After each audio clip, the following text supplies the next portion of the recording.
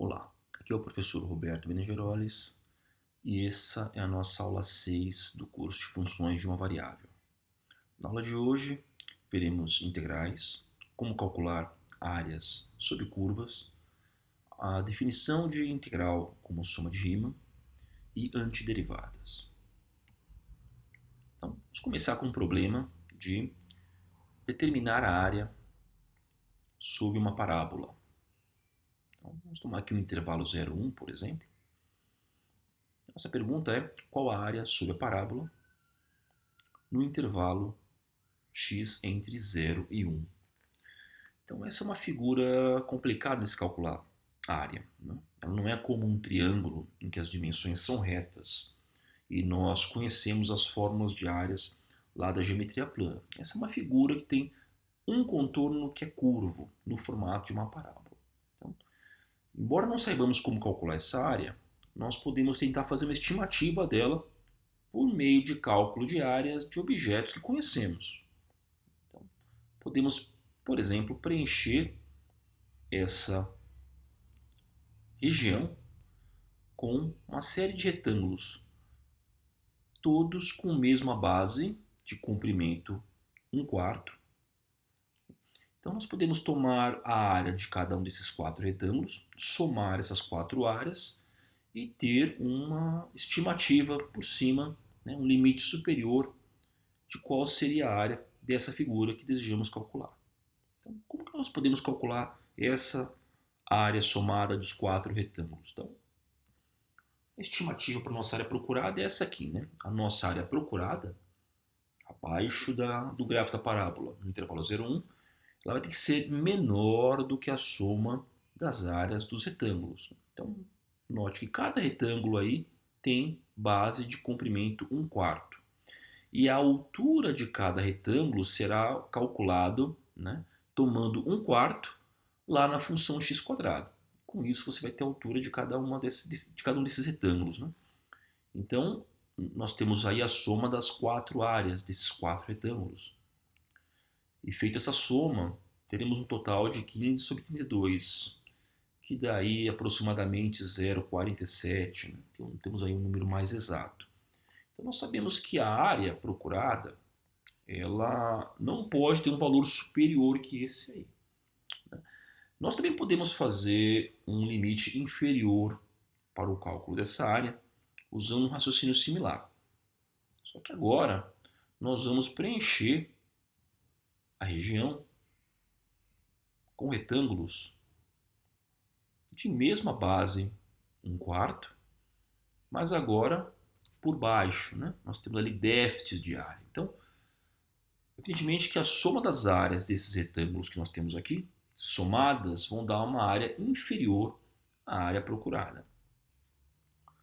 Então, a área que nós procuramos, estou chamando de A, ela vai ser a soma das 4 áreas desses retângulos, né? De novo, cada um desses retângulos também tem 1/4 de base, né? E nós temos aí a altura de cada um deles. Note que o primeiro retângulo tem altura 0, né? Ele está bem próximo da origem, não aparece ali porque a altura dele é 0. O segundo tem altura 1/4, o terceiro tem altura 1/2, o último tem altura 3/4.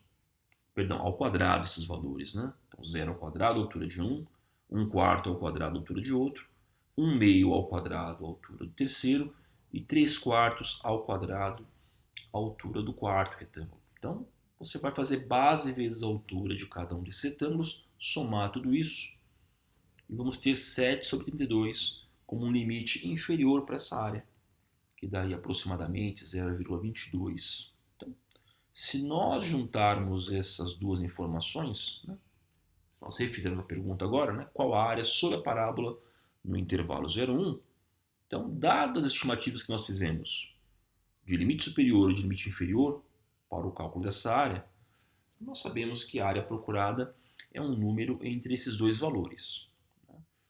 Não é uma maravilha, mas é melhor que nada, né? Com essa estimativa nós podemos nos situar, ter uma ideia razoável de quanto vale essa área. Mas é claro, né, nós não nos contentamos com isso.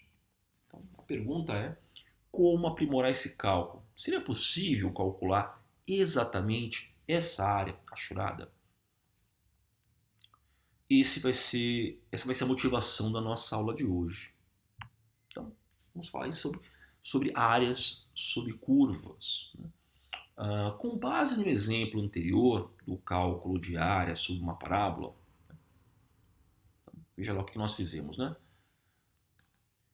Uma estimativa por excesso, né? Se nós preenchermos a região com retângulos excedentes, nós vamos ter uma estimativa de área por excesso, né? Ora, se nós aumentarmos o número de subdivisões do intervalo 0,1, colocando mais e mais retângulos, só que de bases menores, vocês podem notar que o excedente de área vai ser menor do que na situação anterior, onde nós temos um número bem menor de subdivisões de retângulos. Podemos estender esse raciocínio aumentando ainda mais o número de subdivisões no intervalo. Vocês podem ver então que aqueles degraus que vocês enxergam ali, eles vão se tornando menores, né? As áreas por excedente vão ficando cada vez menores à medida que o número de subdivisões do intervalo aumenta. Vocês podem notar a mesma coisa, evidentemente, se observarem os cálculos de área por falta, né, por déficit. Então, se preenchermos a figura aí com esses 4 retângulos abaixo da parábola, nós vamos ter uma estimativa de área, mas é claro que se nós aumentarmos o número de subdivisões, vocês podem ver ali que os degraus faltantes de área vão ser menores, né? Então, a falta de área para preencher o valor exato vai ser menor, o erro cometido vai ser menor. E é claro que se aumentarmos ainda mais o número de subdivisões, né, aqueles degraus de área faltantes que vocês observam aí na última figura, são cada vez menores, de forma que você se aproxima cada vez mais da área exata se você aumentar o número de subdivisões no intervalo, ou seja, preenchê-los com mais e mais retângulos de bases cada vez menores. Então, se nós estávamos perguntando sobre como aprimorar aquele cálculo, já temos uma resposta, né? Que é aumentar o número n de subdivisões do intervalo, preenchê-los com mais e mais retângulos, né? Então, aumentar esse n até que ponto? Claro, quanto maior n, menor o erro cometido, mais próximo estaremos da área que desejamos calcular. Então, evidentemente que aí o caminho é tomar o limite n, número de subdivisões, tendendo ao infinito. E eu vou ilustrar para vocês aqui como fazer isso, e vocês vão ver que isso vai dar um cálculo exato de área. Então, vamos retornar ao nosso exemplo aí do cálculo da área sob a parábola x² dentro do intervalo 0,1.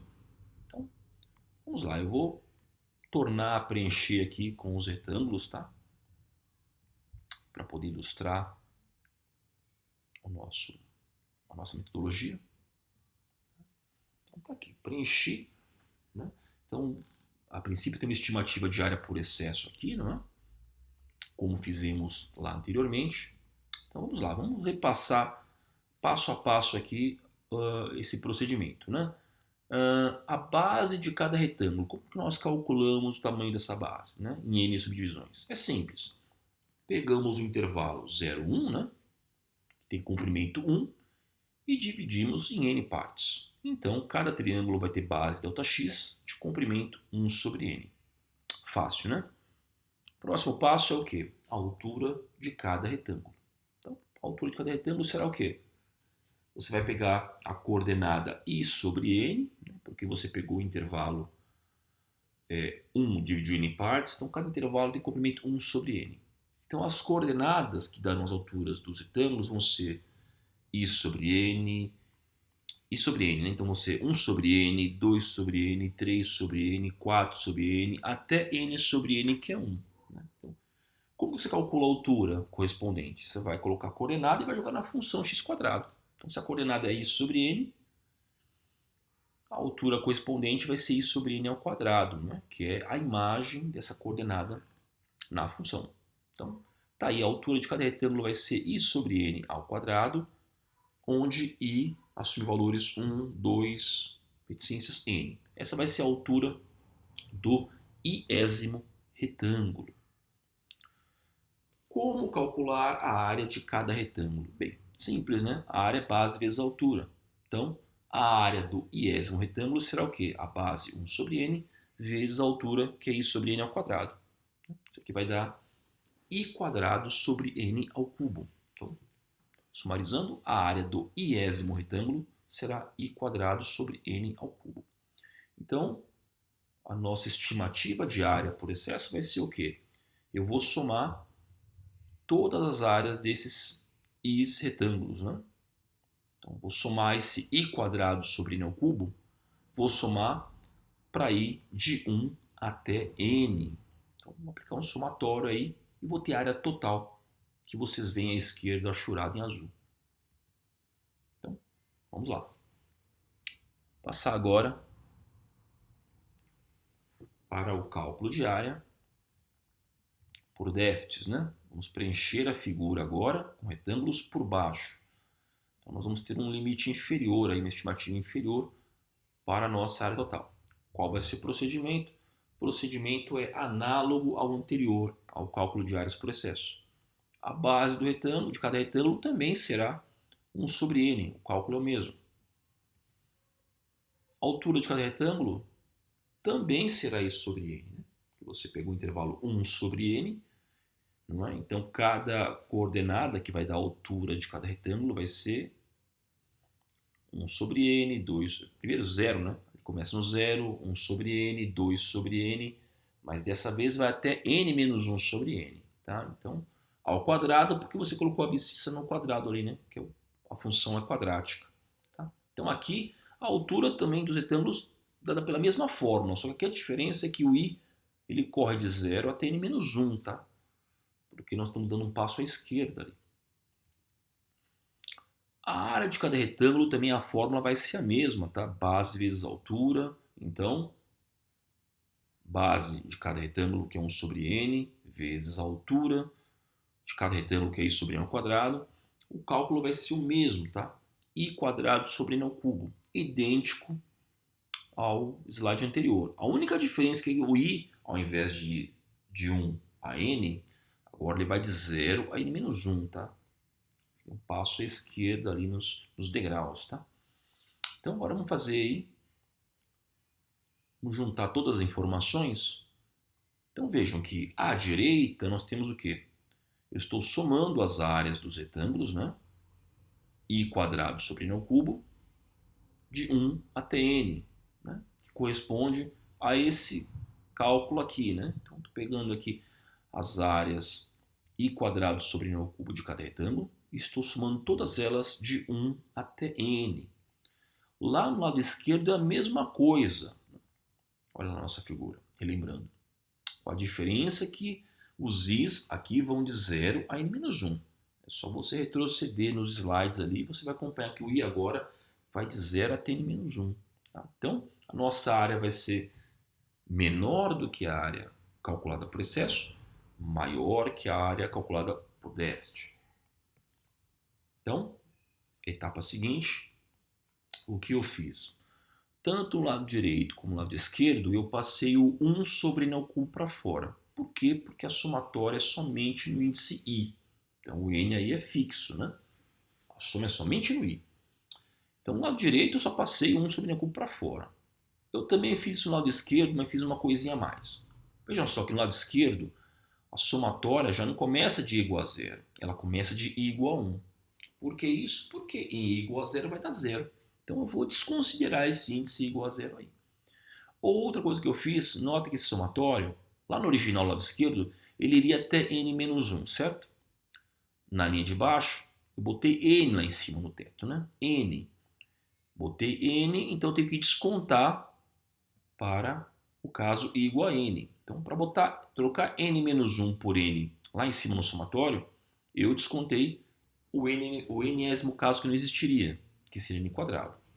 Por que eu fiz isso? Para que nós tenhamos o mesmo somatório tanto no lado direito quanto no lado esquerdo dessa equação aí, né? Ok, a pergunta agora é: quanto que vale este somatório, né? Que aparece nos dois lados, né? Somatório é de i igual a 1 até n de i quadrado. Então isso será 1 quadrado mais 2 quadrado, reticências até n quadrado. A pergunta é: como calculo isso? Existe uma fórmula para esse cálculo? Felizmente sim, tá? Existe uma fórmula e é essa aí, né? Então a soma dos quadrados dos n primeiros inteiros positivos é dado por esta fórmula que vocês acabam de ver aí, tá? Eu vou demonstrá-la no apêndice, tá? Lá no final da aula. Não quero fazer isso agora para a gente não perder o ritmo, não cansarmos aqui desnecessariamente. Lá no final da aula você pode ver com mais calma a demonstração dessa fórmula aí. Então eu vou substituir essa fórmula, tá? Nos dois lados do somatório. Então, onde havia somatório ali, troquei pela fórmula e fica assim, tá? Nós temos esse limite superior à direita e um limite inferior à esquerda para a área sob a parábola no intervalo 0,1. Claro que nossa ideia é o quê? Fazer n o maior possível, porque quanto maior n, mais próxima da área exata nós estaremos. Então, nosso passo seguinte aqui é tomar o limite n tendendo infinito nos dois lados, para termos com isso a área exata. Então, antes de tomar o limite, né, vamos observar que eu posso fazer uma simplificação aqui.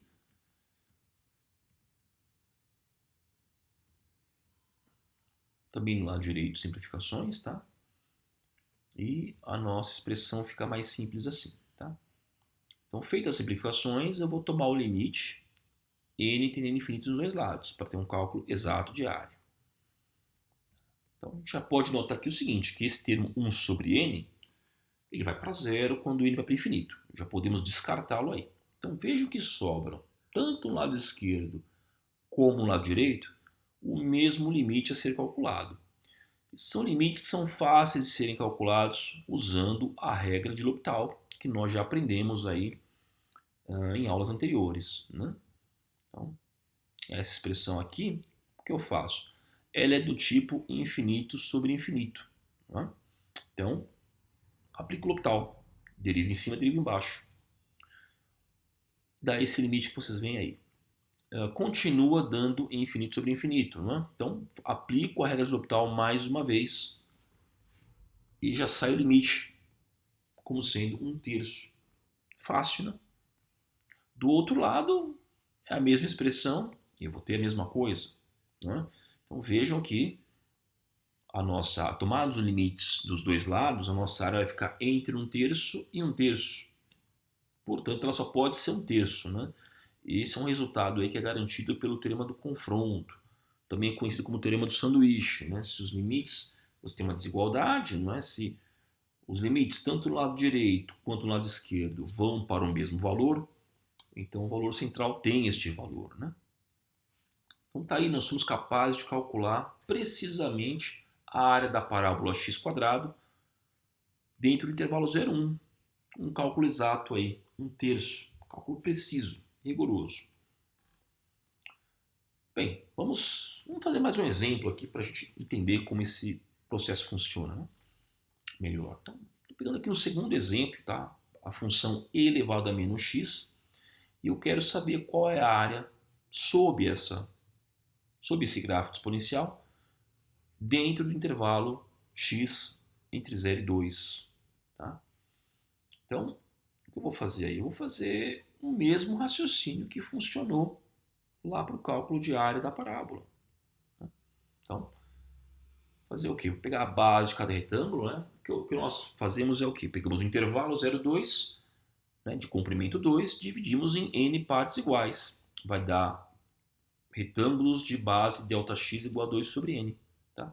Essa vai ser a base de cada retângulo que vai preencher essa figura aí. E a altura de cada retângulo? Também vai ser calculada da mesma forma, né? Você vai pegar o i Δx e vai jogar na função. A imagem vai ser a altura do retângulo. Foi o que nós fizemos lá no caso da parábola, né? Então, eu vou pegar o i Δx, vou jogar na função, né? e elevado a menos I Δx, onde Δx é 2 sobre N. Então nós temos a expressão para a altura do iésimo retângulo, tá?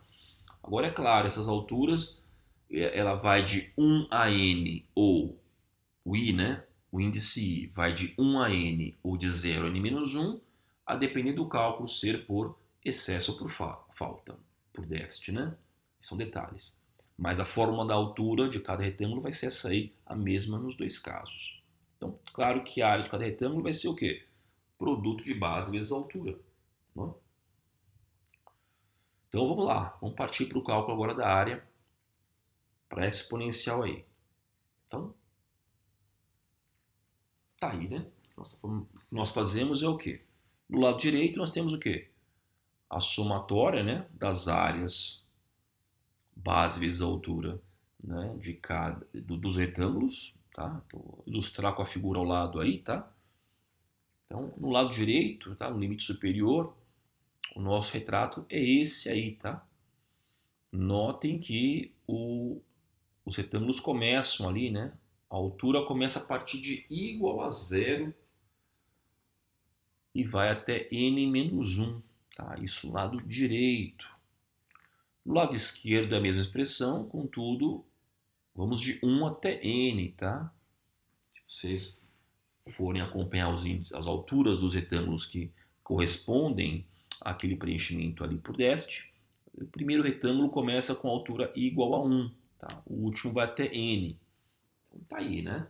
E a razão, né, de que o lado direito ser maior que o esquerdo, né? Você está vendo aí visualmente nos preenchimentos de retângulos, tá? Então, ok. Vamos continuando aqui. Fiz o quê? No lado direito, tá? Eu coloquei E elevado a menos 2 sobre N dentro do parênteses, o expoente I do lado de fora, e o fator 2 sobre N eu passei para fora do somatório, porque o somatório é em I e não em N, tá? Então esse 2 sobre N seria como se fosse uma constante aí, vai para o lado de fora do somatório. Lá no lado esquerdo, também fiz coisas similares, né? Eu passei o fator 2 sobre N para fora, né? Porque o somatório é somente em I, e eu reajustei o somatório para que ele ficasse idêntico ao do lado direito, né? Então, veja que no lado direito, lá em cima, o somatório vai de 0 a N menos 1. No esquerdo, de 1 a N. Então, o que eu fiz? Para tornar esse de 1 a N como sendo um somatório de 0 a N menos 1, o que eu fiz? No lado esquerdo, o somatório começava somente em 1, né? Para começar em 0, eu subtraí o caso 0, que é 1, para poder compensar. E o somatório ele ia até N. Então, para ir até N menos 1, eu já calculei o caso N, que é E a menos 2, e introduzi aqui. Tá? Então, veja que sobrou tanto no lado esquerdo como no direito um mesmo somatório para ser calculado. Então, isso aqui, né, explicando que esse fator menos 1 mais E menos 2 corresponde aos casos I igual a 0, que nós colocamos a mais no somatório, portanto subtração, e o caso I igual a N, que nós retiramos o somatório, portanto somamos aqui. Bem, voltando aqui, né, temos que resolver estes somatórios para E a menos 2N elevado a I, né, nos dois lados. Vamos lá. Então, primeiro eu quero relembrar aqui a fórmula de uma soma de uma progressão geométrica, né? Então, se eu tiver uma somatória de 1 mais Q quadrado até Q elevado a N menos 1, que é o que para esse somatório aí, o resultado dado por isso aí. Nós temos uma fórmula que depende somente de Q e de N. Tá? No nosso caso, eu vou discutir essa fórmula no apêndice também, tá? Lá eu vou rever essa fórmula de progressão geométrica. No nosso exemplo, na linha acima, o Q correspondente ele seria E elevado a menos 2 sobre N. Tá? Então nós teríamos que colocar esse Q na fórmula da progressão geométrica, né? Vai dar isso aqui.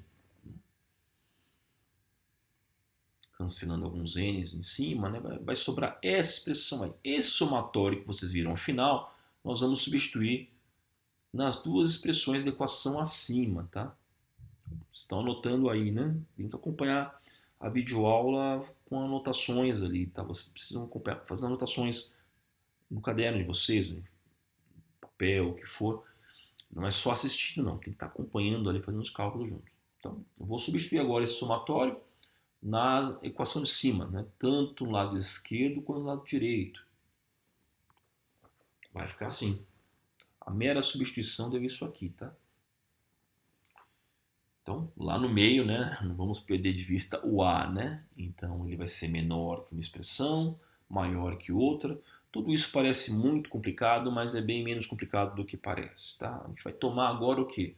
O limite n tendendo a infinito nos dois lados, né? Por quê? Porque quanto maior o número de subdivisões do intervalo, mais preciso vai ser o cálculo dessa área, né? E vai ser preciso, exato, quando n vai para o infinito. Podemos adiantar aqui o seguinte, né, que esse termo ele vai para zero, né, porque é do tipo 1 sobre n. Né? Então, tomado o limite, ele some. Tá? Já posso descartá-lo aqui. Né? E eu tenho a mesma expressão restante tanto no lado esquerdo como no lado direito. Eu preciso calcular agora o limite n tendendo a infinito nos dois lados. Né? Vou fazer aqui uma substituição de variáveis para tornar a vida mais fácil. Né? Eu vou pegar aqui o fator 2 sobre n e vou chamar de z. Quando n vai para infinito, o z vai para zero. Então, eu vou reescrever a equação acima toda em termos de z.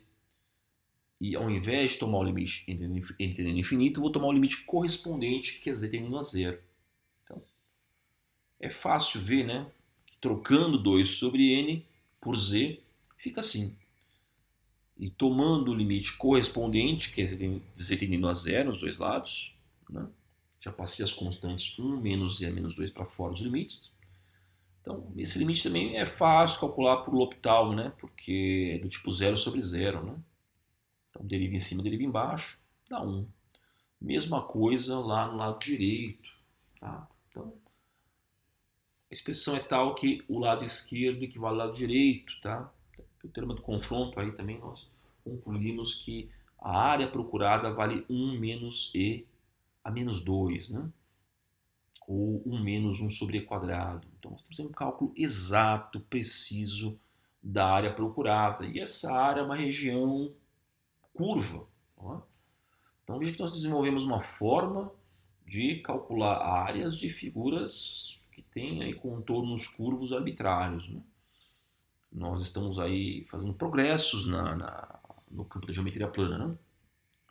Vamos formalizar esses resultados. Né? Vamos pegar tudo que nós aprendemos com o cálculo dessas áreas e vamos formalizar isso, né, por meio de uma definição, de uma metodologia, de como calcular esse tipo de área. Né?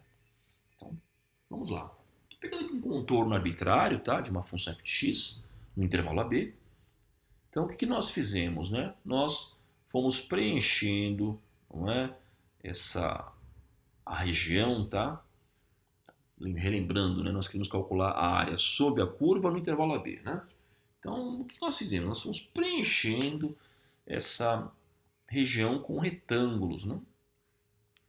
Quanto maior o número de retângulos a preencherem essa região, né, aumentando o número de subdivisões do intervalo, nós vamos ter o que? Correspondentemente, uma área cada vez mais precisa. Né? Uma área cada vez mais próxima da área exata a ser calculada. Então, vamos lá, né? Continuando aqui.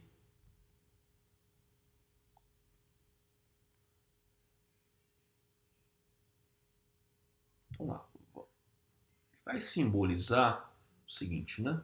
A gente vai chamar esta área sob a curva com esse símbolo que você vê aí, tá? Essa cobrinha de A até B, f de x dx. Essa expressão ela vai simbolizar o cálculo da área sob a curva no intervalo AB. Então tem lá uma função, quero calcular a área sob aquela curva no intervalo AB. A simbologia se dá pelo lado esquerdo dessa equação aí. No lado direito, o que nós temos? Veja aí. Temos o que? A soma das áreas dos retângulos, certo? Delta x é a base de cada retângulo. E esse f de xi asterisco seria a altura também de cada retângulo. Então eu pego o que? Base vezes a altura dos meus n retângulos, somo todos eles, certo? Somatório aí de 1 até n, porque são n retângulos. E eu vou fazer o que? O n no pré-infinito, né? Quem que é o n? Só apresentando a vocês, tá? Essa é uma chamada soma de Riemann, tá? Quem que é o n aí, né, pessoal? O n está relacionado o quê? Com o número de subdivisões do intervalo, né? Então, ΔX. Então, se no intervalo o comprimento b menos a, o ΔX, né, vai ser b menos a sobre n. Tá? Peguei o intervalo de comprimento b menos a, dividir em n partes. Né? Isso vai me dar o ΔX, que é o quê? Que é a base de cada retângulo, tá? Que está ali na forma do somatório. E aí a gente faz o quê? Multiplica sempre esta base pela altura, que é o f de x asterisco. Vamos definir melhor quem é esse f de x asterisco. Olha lá no gráfico. Olha. Vou selecionar aqui o terceiro retângulo, tá? Ele começa na coordenada xi menos 1, termina na coordenada xi. Tá? Então, isso aqui vai valer um ΔX, que é igual para todos os retângulos. B menos A sobre N. Tá? Quem é o xi asterisco que entra na fórmula da soma de Riemann lá em cima? Ele vai ser qualquer número nesse intervalo aí, de xi menos 1 a xi. Tá? O que nós fizemos nos exemplos anteriores? Ou nós tomamos o xi asterisco como xi menos 1, ou como xi, né? Ou o valor extremo à esquerda, ou o valor extremo à direita no subintervalo. Mas, na verdade, a gente pode tomar o xi asterisco, né, para cálculo de altura do retângulo, ele pode ser tomado como qualquer valor dentro desse subintervalo. Não faz diferença se tomamos no extremo esquerdo ou no extremo direito, nos cálculos de área por excesso ou por déficit. Não faz diferença, porque quando você toma n indo para o infinito, esse intervalo vai se estreitar em direção ao xi asterisco, de forma que não vai fazer diferença onde você o escolha dentro de cada um desses subintervalos. Tá? Vamos olhar de novo lá para a figura, tá? No lado esquerdo. Então, estou escolhendo aqui, por exemplo, olha, meu xi asterisco dentro do subintervalo. Tá? Essa é uma escolha ilustrativa que eu fiz aqui. Mas eu poderia escolher esse xi asterisco em qualquer região dentro desse terceiro retângulo aí, né, na abscissa. Nos outros retângulos eu também vou ter xis asteriscos de escolhas aí arbitrárias dentro dos respectivos subintervalos. Tá? Então vejam aí, né? Voltem para a fórmula da soma de Riemann lá no canto superior direito, né? De novo, né? Naquela simbologia, aquela cobrinha de A até B, né? Chamamos de integral da função, né? Ela representa, né, pelo menos por hora aqui, ela representa o que? A área sobre a curva, no intervalo AB, não é? E ela vai ser dada pela soma das áreas dos retângulos que a preenche, tomada no limite n tendendo a infinito, onde n é o número de subdivisões do intervalo. Então está aí definido a soma de Riemann, né? Como calcular a área por essa soma de Riemann. Na verdade foi o que fizemos nos dois exemplos anteriores. Tá? Vamos ilustrar aqui, tá? Exemplos de cálculos de integrais, tá? De áreas sobre curvas. O nosso primeiro exemplo foi esse aqui, né? Pediu-se para se calcular a área sobre a parábola x² dentro do intervalo 0, 1. E nós calculamos. O resultado deu 1/3, correto? O nosso segundo exemplo, que nós já resolvemos, foi esse aqui, né? O cálculo da área sob a exponencial e a menos x dentro do intervalo 0, 2. E nós fizemos esse cálculo, aplicamos soma de Riemann ali, na verdade, né? E o resultado foi esse aí, 1 menos e a menos 2. Então, dois exemplos nós já fizemos aí de cálculo de integrais. Eu coloquei dois exemplos bastante simples, tá? Até até banais, tá? Porque nesses exemplos não se necessita fazer aquele cálculo sofisticado de soma de rima, tá? Esse aqui é um caso de uma função constante no lado esquerdo, uma função constante f de x igual a 2, e você quer saber qual a área sobre essa curva, que na verdade é uma reta, né? Abaixo da função f de x igual a 2, dentro do intervalo que vai de x entre 1 e 3. Então, é muito fácil calcular essa área, né? Você não precisaria recorrer a uma soma de Riemann, como discutimos até aqui, né? Esse cálculo é muito simples. Basta fazer o cálculo de base vezes a altura. E vai dar 4 esse resultado. Claro, você também poderia usar soma de Riemann para fazer esse cálculo, mas você chegaria na mesma coisa por um caminho muito mais complicado. No lado direito, também nós temos aí uma função linear, né, f de x igual a x, e nós queremos saber qual é a área sob essa função, abaixo dela, dentro do intervalo 1/3. A figura correspondente é um trapézio, né, um trapézio regular. Nesse caso, nós também não precisamos recorrer a uma soma de Riemann, tá? Porque a figura tem contornos retos também. Então aí é só calcular essa área pela área do trapézio, né? O cálculo é a soma das bases, que é 1 mais 3, vezes a altura, que vale a diferença de 3 menos 1, que é 2, sobre 2. Então essa área vai dar 4. Então eu estou dando dois exemplos simples pelos quais você não precisa usar a soma de Riemann, tá? Mas esses exemplos são muito específicos, tá? Nas situações mais gerais possíveis, você vai ter áreas de contornos, curvos para serem calculados. E aí você vai ter que usar a soma de Riemann, não tem jeito. Tá? Esses cálculos que vocês viram aí é para contornos retos, tá? Que são contornos simples, que são áreas fáceis de serem calculadas lá dos nossos rudimentos de geometria plana. Vou pegar aqui um outro exemplo, tá? Eu quero calcular essa integral aqui. X ao quadrado menos 3x no intervalo de 0 a 5. Então, eu posso decompor, tá, isso aqui da seguinte forma. Né? Se você olhar a fórmula da soma de Riemann, é fácil ver que essa integral ela pode ser decomposta, né? Ela pode ser separada nessas duas somas. Tá? Então, uma integral de uma soma ou subtração será a soma ou subtração dessas integrais. Fator multiplicativo passar para fora da integral. É fácil você ver na formulinha do limite de soma de Riemann, do somatório. Então, nós podemos calcular separadamente cada uma dessas integrais, tá?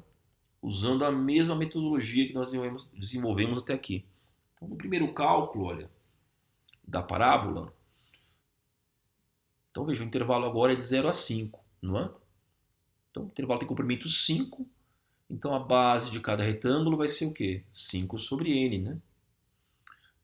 A altura correspondente de cada retângulo vai ser o quê? Vai ser 5 sobre n vezes i. Você vai colocar, né, calculado na imagem da função x², vai ser 5i sobre n ao quadrado, cada altura correspondente. Então, nesse somatório, está somando as áreas dos retângulos, né? Base vezes altura, soma-se de 1 a n e toma-se o limite n tendendo a infinito. Então, passando para fora aqui, né, nós temos 5 ao cubo, que é 125. Nós também teremos 1 sobre n ao cubo, que passa para fora do somatório, porque o somatório é em i, não em n. O i é a variável, não n. E nós também já temos a formulinha pronta para essa somatória dos i², não é isso? Então, você vai pegar aquela formulinha lá atrás, dividir por n ao cubo e tomar o limite usando o regra de L'Hopital. É fácil ver que esse cálculo dá 125 sobre 3, tá? Refaça esse cálculo aí, tá? Algo similar nós podemos fazer também para a outra integral a ser calculada, né? Que é a integral de x dx no intervalo de 0 a 5. Então, de novo, né? Intervalo de 0 a 5, cada retângulo vai ter base 5 sobre n, a altura correspondente vai ser 5 sobre ni, calculado na imagem da função, como a função é x, a altura vai ser isso aí mesmo, 5i sobre n. Então, vou passar lá para fora o 25, 1 sobre n quadrado para fora do somatório, somatório em i. E, bem, temos essa somatória em i para calcular, né? Então, eu também quero adiantar para vocês que existe uma formulinha, né? Você somar 1 mais 2 mais 3 até n, tem uma fórmula pronta para isso também, tá? Que é n que multiplica n mais 1 sobre 2. É a fórmula da soma de Gauss, tá? É uma fórmula que o Gauss descobriu com 5 anos de idade, tá? Mas eu vou repassar essa fórmula também no apêndice para vocês lá na frente, tá? Esse cálculo você aplica limite por L'Hopital e você vai encontrar 25 sobre 2. Bem, agora a gente pode voltar, né, ao nosso cálculo original, né? Substituindo esses valores que nós encontramos, e nós temos já uma resposta para essa nossa integral. Ela vale exatamente 25 sobre 6.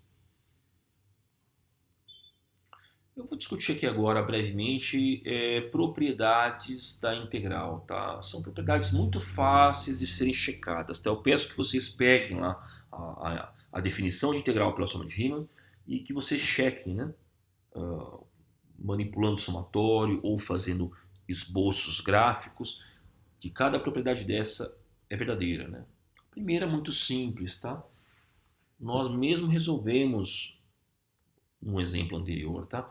Se você tem uma função constante c, então essa integral vai ser c vezes b menos a. Por quê? Porque é uma área de retângulo para se calcular. A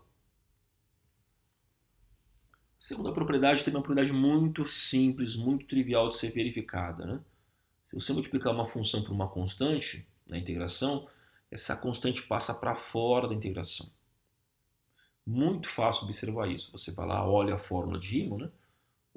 A constante c ela pula para fora do somatório e para fora do limite. Então é uma propriedade fácil de ser checada também. Outra propriedade fácil de checada, né? A integral de uma soma de funções vai ser a soma das integrais. A integral de uma diferença de funções vai ser a diferença dessas integrais. Tem uma propriedade muito fácil de ser observada, checando lá a definição de integral. Uma outra propriedade é essa aqui, tá? A integral de uma função para x de a até c, né, dado que b é um ponto intermediário entre a e c, então você pode calcular essa integral primeiro de a até b e depois somá-la com a integral de b até c. Também é uma propriedade fácil de enxergar graficamente. Né? Você imagina que você tem uma figura geométrica, né?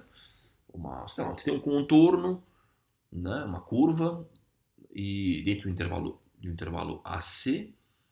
Então você pode fazer o quê? Você primeiro soma a área que vai de A até B, calcula a área que vai de B até C e soma essas áreas. Isso é a mesma coisa que ter a área que vai de A até C. Então, é fácil de checar, mas eu peço que vocês chequem, tá? Outra propriedade, né? Se a função for não negativa no intervalo AB, então a integral dessa função nesse intervalo vai ser não negativa também, né? Vai ser legitimamente um cálculo de área, né? Também vai ser não negativo aí. Outra propriedade também que é muito fácil de checar, se você olhar, manipular ali a fórmula de soma de Riemann, a definição de integral de Riemann, é que se uma função f for maior ou igual a uma função g no intervalo AB, então a integral de f nesse intervalo vai ser maior ou igual à integral de g nesse intervalo. Também é muito fácil visualizar isso, né? Até mentalmente. Né? Imagina, se você tem uma função f que está acima de uma função g, então a área sobre f vai ser maior que a área sobre g se calculadas essas áreas no mesmo intervalo AB.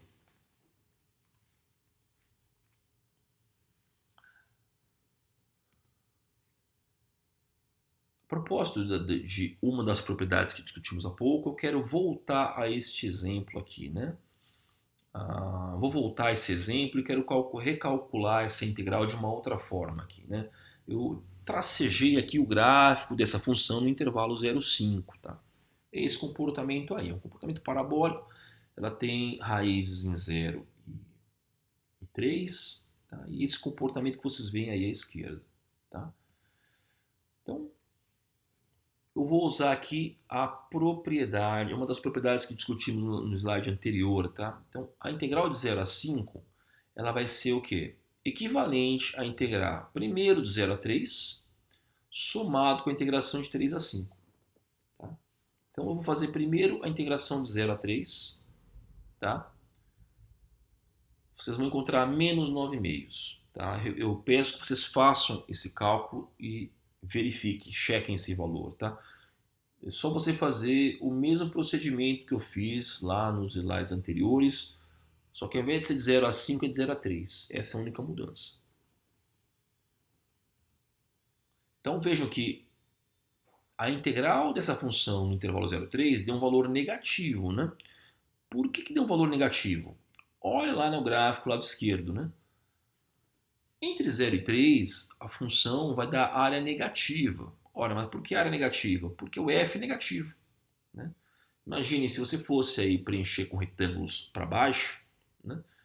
Cada um desses retângulos teria área negativa e a soma de todos eles seria um resultado negativo. Então, vejam que no lado esquerdo a área deu negativa pura e simplesmente porque a função é negativa nesse intervalo. Tá? No lado direito, nós encontramos aqui 26 terços, positivo. Olha lá a área correspondente no intervalo. Tá? Entre 3 e 5, a função é positiva. Portanto, a área dela vai ser positiva. Então, a nossa resposta final, que é a integração entre 0 e 5, vai ser o quê? A soma dessas duas integrais. Né? O resultado final vai ser 25 sobre 6. Tá? E aqui eu apenas observe o seguinte, então, nem sempre o cálculo de uma integral vai dar a área sobre a curva. Tá? Se a função for não negativa, a integral vai dar a área sobre a curva.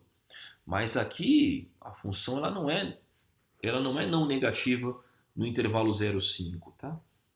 Entre 0 e 3 ela é negativa. Então, veja que nesse caso aqui o que nós temos é a área da função, seria a área no intervalo 0 e 3 ali, abaixo da parábola, seria essa área subtraída da outra área no intervalo 0 e 3. Tá? Então, de novo, né, repetindo, isso é importante.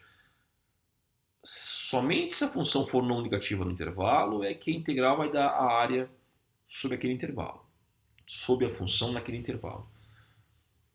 Agora, uma situação em que a função pode ser negativa no intervalo de integração, o que você vai ter é uma subtração de áreas. Tá? Só ter isso em mente aí. Uma última propriedade da integral aí que eu gostaria de pontuar, né? Imagina o seguinte, olha, dois números mn, tá? Então traço ali como se fossem duas funções constantes mn.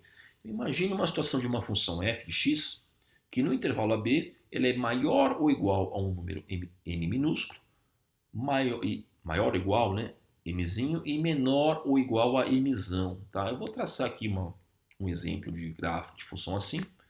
Então, veja aí no lado esquerdo um exemplo aí de função que dentro do intervalo AB ela é menor ou igual a mzão, maior ou igual a mzinho. Tá? Vamos imaginar o seguinte, tá? Eu quero calcular a área sobre essa função, né? A área sobre o gráfico dessa função no intervalo AB. Tá? Então vamos olhar de novo lá no gráfico à esquerda. Tá? Observem esse retângulo aqui que eu acabei de achar, né? De pintar. É fácil notar que a área sob o gráfico dessa função será o quê? Maior ou igual à área desse retângulo que eu acabei de pintar aí, né? Cuja área é m vezes b menos a. Então, olha lá na fórmula, eu posso certamente escrever que a integral da função no intervalo AB vai ser sempre maior ou igual a m vezes b menos a. Né? Porque a área no retângulo vai ser menor ou igual à área sobre a curva. Tá? No caso aí do exemplo, notadamente menor. Tá? Eu também posso considerar o seguinte, a área de todo esse retângulo aqui, né, de altura m e largura b menos a. É fácil ver que a área sobre a curva da função vai ser menor do que a área desse retângulo maior, né? Então, eu posso dizer que a integral de f integral a b certamente vai ser menor ou igual a b menos a. Então, essa é uma propriedade aí que eu gostaria de pontuar e tenham ela em mente porque ela vai ser particularmente importante quando formos discutir o chamado teorema fundamental do cálculo na videoaula 7, na próxima videoaula. Então, essa propriedade aí é uma outra propriedade fácil de ser entendida, imagino, mas que também vai ser importante ter em mente porque nós vamos utilizá-la mais adiante. Então, o resumo dessa propriedade é, sendo f menor ou igual a mzão maior ou igual a mzinho no intervalo AB, então a integral de f nesse intervalo AB satisfaz essa desigualdade aí. Vou falar agora de antiderivadas, tá? Então, dizemos que uma função f ela é uma antiderivada de f se a derivada de f for f. Né? O que é uma antiderivada, então? A antiderivada é justamente isso que o próprio nome diz. Né? É uma antiderivada, é uma pré-derivada. Se tem uma função f, você quer saber qual é a função que derivada dá esse f. Né? Um passo atrás ali. Então, olha exemplos aqui de antiderivadas, tá? Olha, imagina a função f de x igual a x quadrado. Qual seria a antiderivada dela? A antiderivada dela seria x ao cubo sobre 3. Por quê? Porque se você derivar x ao cubo sobre 3, você vai encontrar exatamente x quadrado. Então é por isso que x ao cubo sobre 3 é a antiderivada de x quadrado. Um outro exemplo aqui. Imagina a função seno de x. Qual seria a antiderivada da função seno de x? Simples. A antiderivada de seno é menos cosseno. Por quê? Porque se eu derivar menos cosseno, isso vai ser menos seno, que vai ser o próprio seno de x. Vamos ver mais alguns exemplos de antiderivadas, tá? A função e elevado a 4x.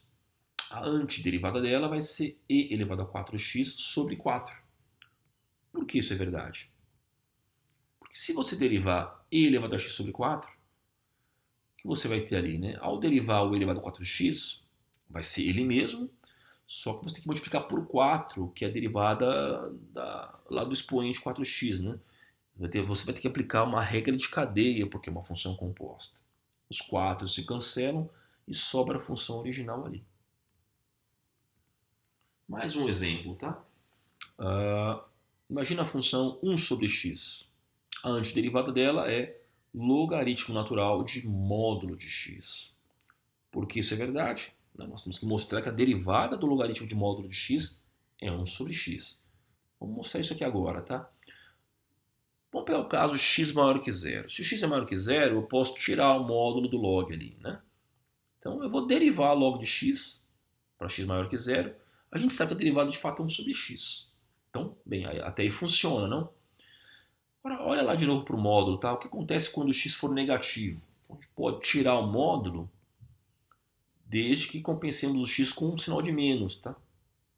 Porque botando menos ali do x negativo, o resultado é positivo como uma operação de módulo. Quando você vai derivar a função log de menos x, então vai ser o quê?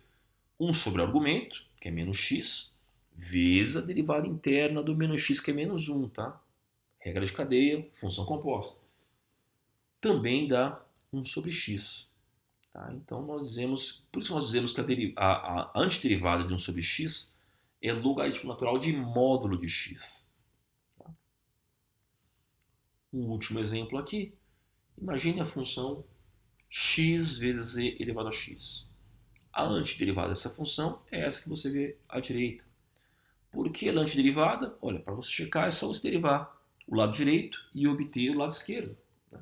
Vamos lá. Você deriva a antiderivada. Então, nós vamos ter o que? A aplicação da regra do produto de derivação no primeiro termo e menos a derivada do segundo termo, que é simplesmente a derivada exponencial. Então, fica fácil, né? A derivada de x é 1, a derivada de elevado a x elevado a x.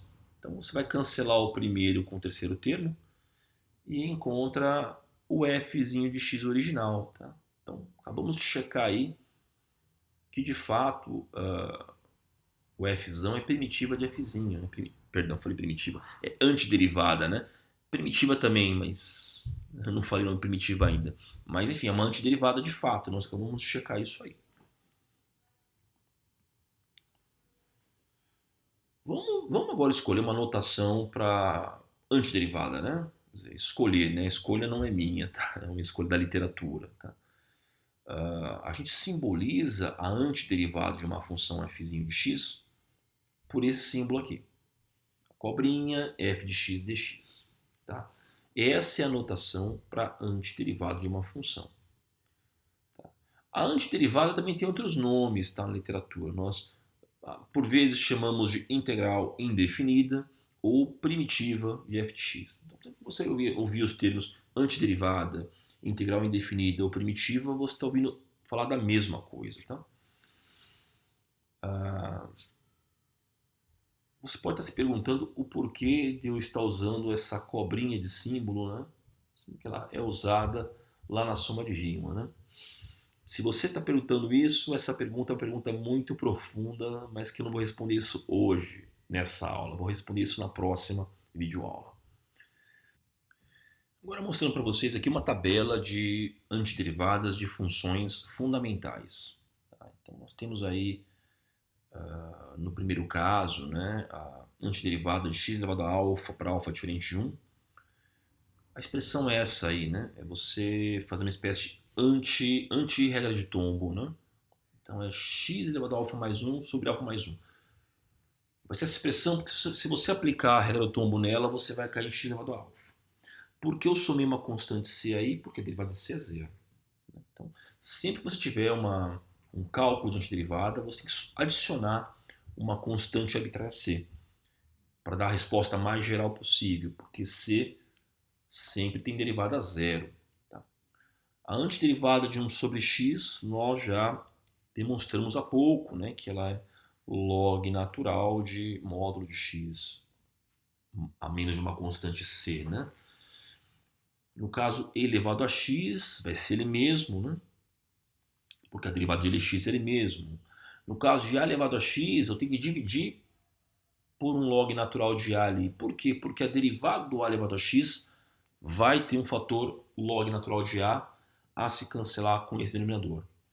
E no lado direito ali nós temos as três primeiras funções trigonométricas, tá? Que nós já conhecemos facilmente as antiderivadas, né? Porque nós sabemos que a antiderivada do seno é menos cosseno. Por quê? Porque se você derivar menos cosseno, você terá seno. A antiderivada do cosseno é seno. Por quê? Porque a gente sabe que se derivar seno é cosseno, como resultado. A antiderivada de secante ao quadrado é tangente. Por quê? Porque se derivar a tangente, que é seno sobre cosseno, aplicar a regra do quociente, você vai obter secante quadrado. Nós já sabemos desse resultado. E também as duas últimas expressões, tá? Nós sabemos que a derivada de um arco tangente é 1 sobre 1 mais x quadrado. Portanto, a antiderivada de 1 sobre 1 mais x quadrado tem que ser o arco tangente, a menos de uma constante c. E análogo para arcosseno. Tá? Então, nós já sabemos a resposta, né? Por derivação. São expressões que nós já conhecemos a derivada, então é fácil conhecer a antiderivada um passo atrás. Tá? Então tem essa tabela aí de antiderivadas de funções fundamentais. Claro que nós vamos discutir nas próximas aulas as chamadas técnicas de integração, né? Como calcular integrais antiderivadas, né? Integrais indefinidas, de outros tipos de funções, um pouco mais complicadas que essas aí. Então, só um lembrete aqui, né, de que toda antiderivada é definida a menos de uma constante arbitrária c, que nós costumamos chamar de constante de integração. Então, sempre que você calcular uma integral, você tem que somar uma constante c para essa resposta, para que você tenha uma resposta mais geral possível. Tá? Eu vou encerrar agora aqui com os apêndices que eu prometi aqui. Né? Nós tínhamos algumas fórmulas a serem demonstradas que nós utilizamos lá nas nossas pré-somas de Riemann, né? Uma delas é essa somatória dos primeiros n quadrados de inteiros, né? Então a fórmula é essa aí, é uma fórmula que existe e nós podemos demonstrá-la, né? Uma das formas de demonstrar essa fórmula é por meio de indução, né? Mas eu não quero usar indução não, eu vou mostrar um jeito aqui que eu acho que ele é mais, no caso vai ser mais produtivo porque ele permite deduzir outras fórmulas desse gênero aí, desse estilo. Então, primeiro eu posso começar com a chamada soma telescópica, né? Vamos desenvolver essa soma que está aí, né? Somatória de 1 até n dessa diferença. Tá? Por que você escolheu começar por aí? Porque vai funcionar, né? Vocês vão ver no final que tem uma razão para isso. E por que nós chamamos de série telescópica? Né? Vamos lá. Vai jogando os valores igual a 1, igual a 2, igual a 3, até n nessa fórmula aí. Então você vai ter isso aqui, né? Primeiro você vai ter 2 ao cubo menos 1 ao cubo, depois 3 ao cubo menos 2 ao cubo, e assim por diante. Note que você vai ter alguns cancelamentos, tá? O 2 ao cubo aqui vai se cancelar com 2 ao cubo lá, o 3 ao cubo também vai se cancelar com 3 ao cubo, o 4 vai se cancelar com 4 ao cubo lá no meio que não vai aparecer aqui, e o menos n ao cubo de lá também vai se cancelar com um mais n ao cubo aqui no meio, que não vou reproduzir aqui porque não cabe em tela, né? E vai sobrar somente o último termo, que é n mais 1 ao cubo, menos o primeiro termo, que é 1 ao cubo. Tá? Por isso nós chamamos de soma telescópica. Tá? Eu expandindo aqui, nós temos esse polinômio de grau 3 em n. Tá? Por outro lado, o somatório i, né, nós podemos dividir aqui, nós podemos, perdão, né, a gente pode pegar o fator 1 mais i ao cubo, expandir, né, por outro notável, subtrai i ao cubo, ele é dado por esses somatórios em i's aqui, que nós podemos separar em 3 partes, né?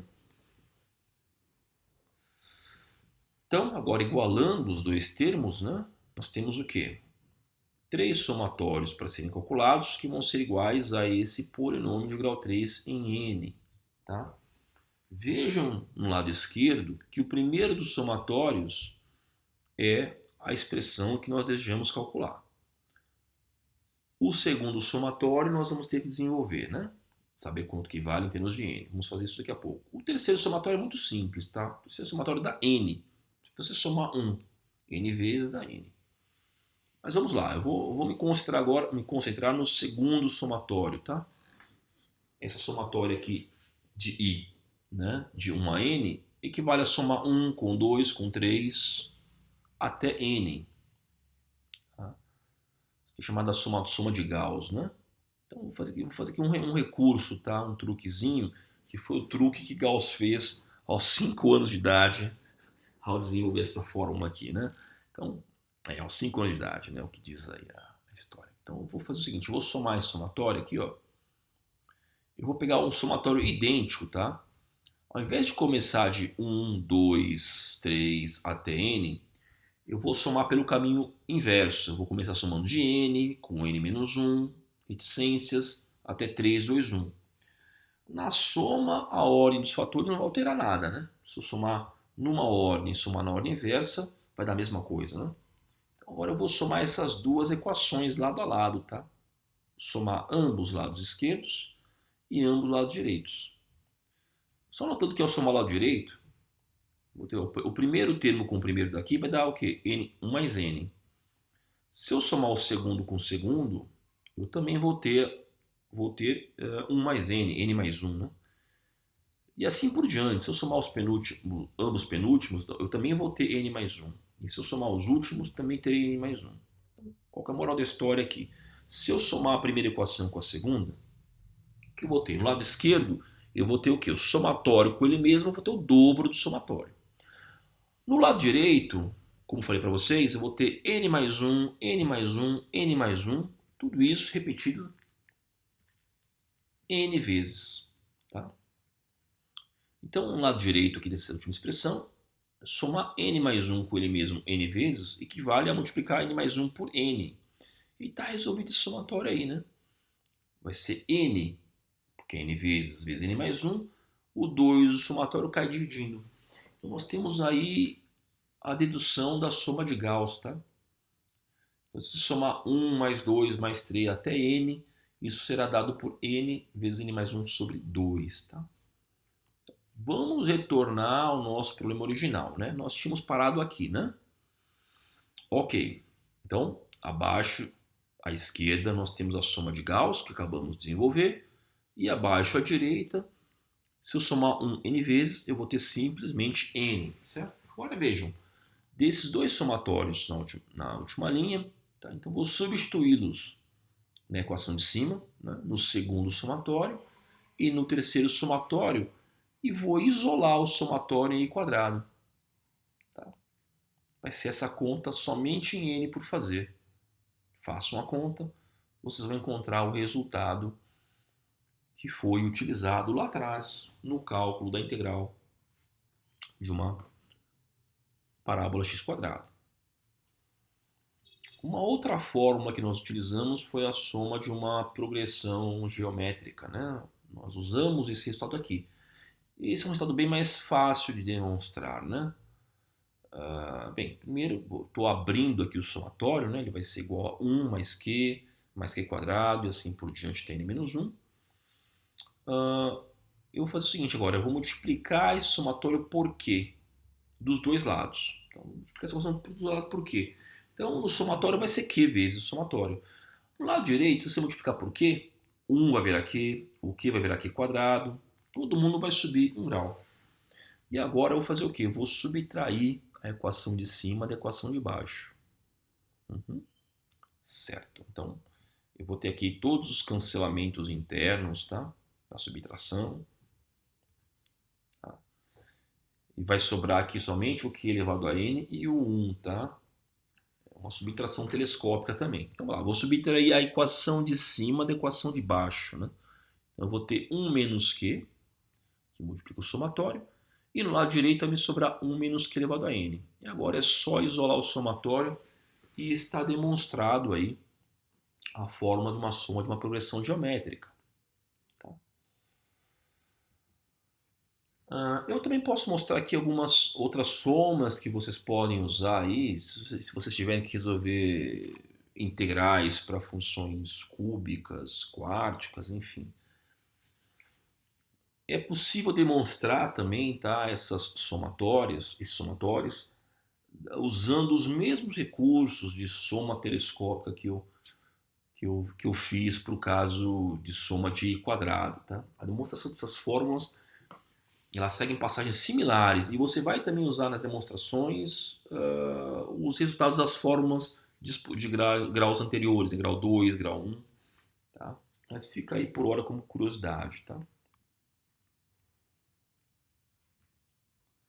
Bem, dado tudo que foi discutido aqui, vocês já são plenamente capazes de resolver todos os exercícios da lista 5 de FUV da GradeMat. Tá? E quero lembrar, inclusive, que há uma série de exercícios até resolvidos também lá naquela lista. Tá? Então, façam os exercícios, né, para ficarem bastante afiados com esse assunto. Divirtam-se e até a próxima aula, né? A videoaula 7. Bem? Até lá a todos.